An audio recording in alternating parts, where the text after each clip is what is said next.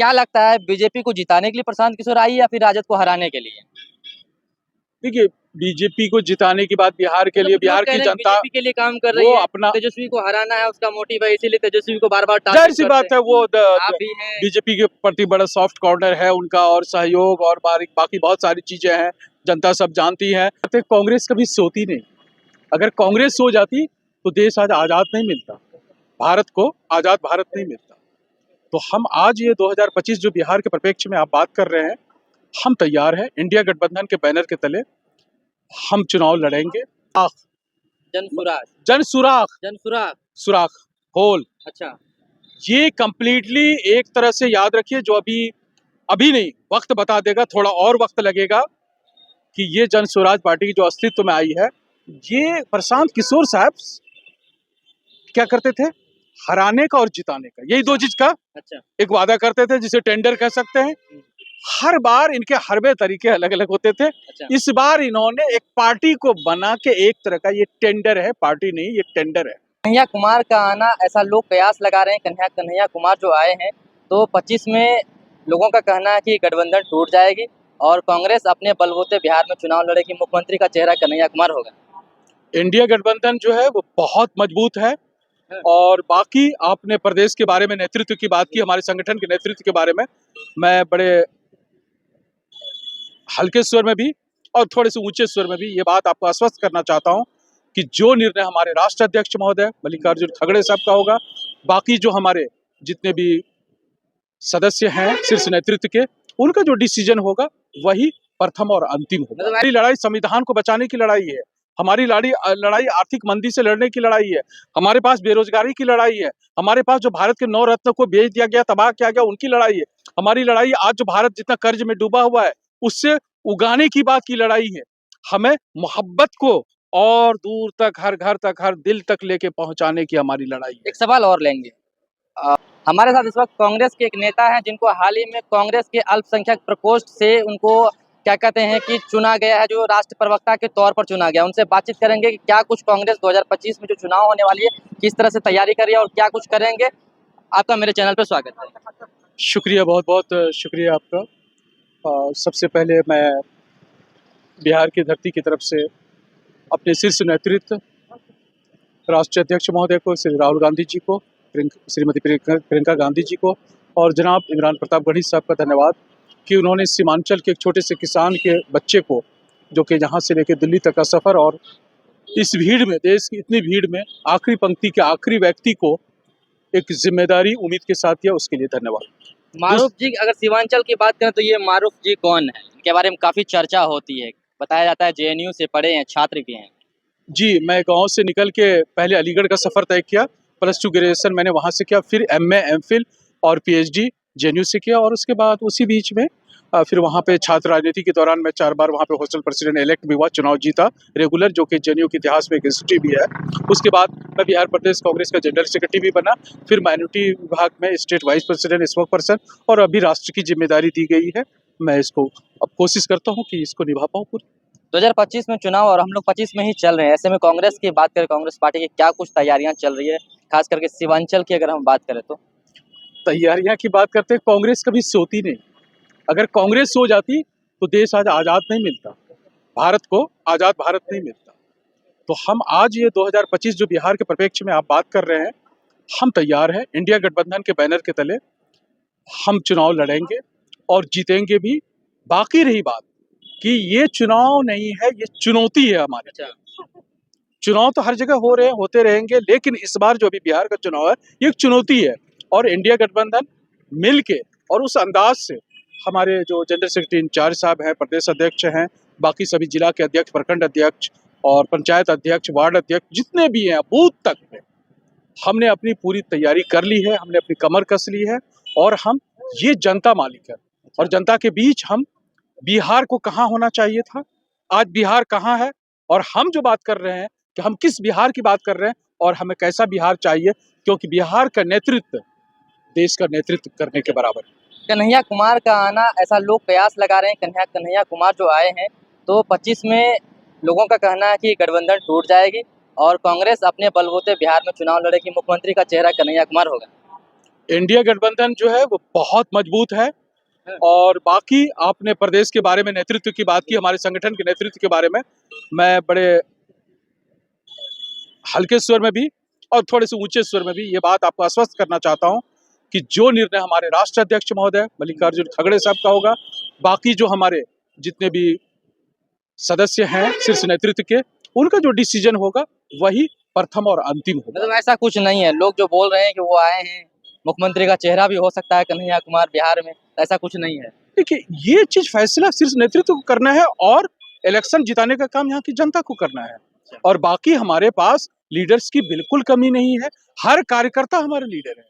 ये हमारी सबसे बड़ा जो धन है कि हमने लीडर, हमारे बीच में लीडर नहीं है, हमारे बीच कार्यकर्ता ही लीडर है। अच्छा। और वो चीज अपना निर्णय करेगा, समय आने पर निर्णय। अभी हमें इस चुनौतियों का सामना करना है। मुख्यमंत्री कौन होगा, अगर वो बात होती तो प्रधानमंत्री कौन होगा, ये कौन होगा। कभी हमने प्रधानमंत्री की लड़ाई नहीं लड़ी। हमारी लड़ाई संविधान को बचाने की लड़ाई है। हमारी लड़ाई आर्थिक मंदी से लड़ने की लड़ाई है। हमारे पास बेरोजगारी की लड़ाई है। हमारे पास जो भारत के 9 रत्न को बेच दिया गया, तबाह किया गया, उनकी लड़ाई है। हमारी लड़ाई आज जो भारत जितना कर्ज में डूबा हुआ है उससे उगाने की बात की लड़ाई है। हमें मोहब्बत को और दूर तक, हर घर तक, हर दिल तक लेके पहुंचाने की हमारी लड़ाई है। एक सवाल और लेंगे, जनसुराज पार्टी 2 अक्टूबर को एक पार्टी बनी है, वो भी जोर शोर से तैयारी बिहार में चुनाव लड़ने का कर रही है। वो भी कह रहे हैं कि हम स्वास्थ्य, शिक्षा, रोजगार सब चीजों पे बात कर रहे हैं, ऐसे में आप लोग भी कर रहे हैं, तो कितना मुश्किल या फिर कितना आसान है, क्योंकि आपके सामने वो भी हैं। देखिए, हमने पहले कहा कि चुनाव नहीं, हमारे लिए चुनौतियां हैं। दूसरी बात, हमारे एक मित्र अभी कह रहे थे, थोड़ी देर पहले चर्चा हो रहा था आपसे चर्चा के पहले, कि मैं समझ नहीं पा रहा था, उन्होंने कहा कि जन सुराख, जनसुराज, जन सुराख, जनसुराग, सुराख, होल। अच्छा। ये कंप्लीटली एक तरह से याद रखिए, जो अभी नहीं, वक्त बता देगा, थोड़ा और वक्त लगेगा कि ये जन स्वराज पार्टी की जो अस्तित्व में आई है, ये प्रशांत किशोर साहब क्या करते थे, हराने का और जिताने का, यही दो चीज का अच्छा। एक वादा करते थे, जिसे टेंडर कह सकते हैं। हर बार इनके हरबे तरीके अलग अलग होते थे। अच्छा। इस बार इन्होंने एक पार्टी को बना के, एक तरह का ये टेंडर है, पार्टी नहीं, ये टेंडर है। क्या लगता है, बीजेपी को जिताने के लिए प्रशांत किशोर आई या फिर राजद को हराने के लिए? देखिए, बीजेपी को जिताने की बात बिहार के लिए, बिहार की जनता बीजेपी के लिए काम कर रही वो है, अपना, तेजस्वी को हराना है उसका मोटिव है, इसीलिए तेजस्वी को बार बार जाहिर सी बात है, वो आप भी हैं। बीजेपी के प्रति बड़ा सॉफ्ट कॉर्नर है उनका, और सहयोग और बाकी बहुत सारी चीजें हैं, जनता सब जानती है। बस इतना ही कहूंगा कि मैं वो एक टेंडर के रूप में काम कर रहे हैं। अब वो जिससे भी टेंडर लिए हैं, ये दुनिया जानती है, बिहार जानती है, बिहार की आवाम जानती है। क्या आप खुद पूर्णिया को भी आप करते हैं, अपना कवर करते हैं क्या? जनसुराज के जितने भी हर प्रखंड में, हर पंचायत में 4-4 गाड़ियां 1.5 साल से घूम रही। इस खर्चे का, पीला वाला गाड़ी, इस खर्चे का कोई अंदाजा कर सकता है? तो पार्टी कह रही है, प्रशांत किशोर कह रहे हैं कि हमारा अपना काम धाम चल रहा, हम कमाते हैं, पैसा खर्च करते हैं, कोई फंडिंग हमको नहीं है। साम दाम दंड भेद इतना चल रहा है, अचानक इतना बड़ा मतलब इतना खर्च का आप ये बता दीजिए प्रशांत किशोर साहब के बारे में। बड़े अच्छी बात, जब आपने छेड़ दी है तो हम भी नहीं छोड़ेंगे अब। अच्छा। अब ये बताइए, कोई एक शख्स आए प्रशांत किशोर साहब का दिखा दे कि आज तक फलाने अस्पताल में उन्होंने किसी को ब्लड दिया है, आज तक दिखा दे कि किसी थाने में जाके उन्होंने किसी के हाथ की, जो नाजायज किसी तरह पकड़ा गया, तो राजनीतिक पार्टी बना ही नहीं था, हाल ही में तो गठन हुआ है, पहले तो संगठन चल रहा था उनका। तो बगैर पसीने के मेहनत के आप कौन से लड्डू खाना चाहते हैं? धरना पे तो बैठे थे बीपीएससी का। ये धरना आयोजित और प्रायोजित धरना था। अच्छा। ये आयोजित और प्रायोजित, उनका जो बैठना था वो आयोजित और प्रायोजित था। अच्छा। तब ये जो आप कहेंगे कि नहीं ऐसा, उसके लिए किसान के पास जाना पड़ेगा, छात्र के पास जाना पड़ेगा, मजदूर के पास जाना पड़ेगा, तब समझ में आएगा ना। आप केवल टेंडर का काम किए हैं, आपको टेंडर की बात, बस टेंडर पार्टी। चलिए, परिचय क्या हुआ आपका? मैं डॉक्टर मोहम्मद मारूफ हुसैन, राष्ट्रीय प्रवक्ता, अखिल भारतीय राष्ट्रीय कांग्रेस, अल्पसंख्यक विभाग। चलिए, धन्यवाद। से बात करेंगे, क्या कहेंगे? सबसे पहले आपके न्यूज चैनल के माध्यम से पूर्णिया के लाल क्रांतिकारी जेएनयू के प्रोडक्ट रहे और बहुत ये लगनशील, मेहनती, संघर्ष, और डॉक्टर मारूफ हुसैन साहब को मैं पूर्णिया युवा कांग्रेस की तरफ से और बिहार प्रदेश यूथ कांग्रेस की तरफ से अखिल भारतीय कांग्रेस कमेटी अल्पसंख्यक प्रकोष्ठ के राष्ट्र मुख्य प्रवक्ता बनने पर दिल की गहराइयों से मुबारकबाद पेश करता हूं। साथ ही साथ इनको राष्ट्रीय प्रवक्ता बनने के बाद हम जैसे जमीनी स्तर पर के कार्यकर्ताओं को खुशी मिली, काफ़ी उत्साह हुआ, एक जुनून पैदा हुआ कि एक सीमांचल से तबका से आने वाले युवा क्रांतिकारी को अखिल भारतीय देश के सबसे बड़े लोकतांत्रिक संवैधानिक पार्टी का राष्ट्र मुख्य प्रवक्ता माइनॉरिटी डिपार्टमेंट का बनाया गया है। ये सीमांचल के लिए, पूर्णिया के लिए, कोसी के लिए, पूरे बिहार के लिए खुशी और गर्व का बात है। इससे पार्टी की मजबूती होगी, पार्टी संगठन भी मजबूत होगा और हमारा बिहार और सीमांचल में जो कांग्रेस पार्टी का जो वर्तमान स्थिति परिस्थिति है, इनको ये लोग अब टीवी डिबेट न्यूज चैनलों पर रखेंगे और राहुल गांधी जी के सोच विचारधारा को मजबूती से रखने का काम करेंगे और पार्टी को भी मजबूत करेंगे। और साथ ही साथ खास करके सीमांचल में जो सबसे ज्यादा पलायन, बेरोजगारी, महंगाई और लगातार अल्पसंख्यकों के ऊपर हो रहे जुल्म के खिलाफ ये अपने न्यूज चैनल के माध्यम से सरकार को घेरेंगे और मीडिया के समक्ष अपनी निडरता और जेएनयू वाले अपने वो क्रांतिकारी के रूप में रखने का काम करेंगे, क्योंकि ये लोग कन्हैया कुमार जी जैसे, सचिन पायलट जैसे महान युवा नेताओं के साथ ये लोग संघर्ष किए हैं, काम किए हैं। अब वो निडरता, निष्पक्षता के साथ कन्हैया कुमार की वापसी के बारे में संक्षिप्त में जानना चाहेंगे, किस तरह से देख रहे हैं? देखिए, कन्हैया कुमार जी बिहार में पलायन रोको और रोजगार दो यात्रा कर रहे हैं और उस यात्रा में हम लोग युवा कांग्रेस के साथी पूरे मजबूती के साथ खड़े रहेंगे और यात्रा पूरा होगा, निश्चित रूप से होगा। इधर है सद्दाम जी हैं, युवा जिलाध्यक्ष। नमस्कार। सबसे पहले तो आपके चैनल के माध्यम से मैं अपने पूरे देशवासियों की होली की हार्दिक शुभकामनाएं देते हैं।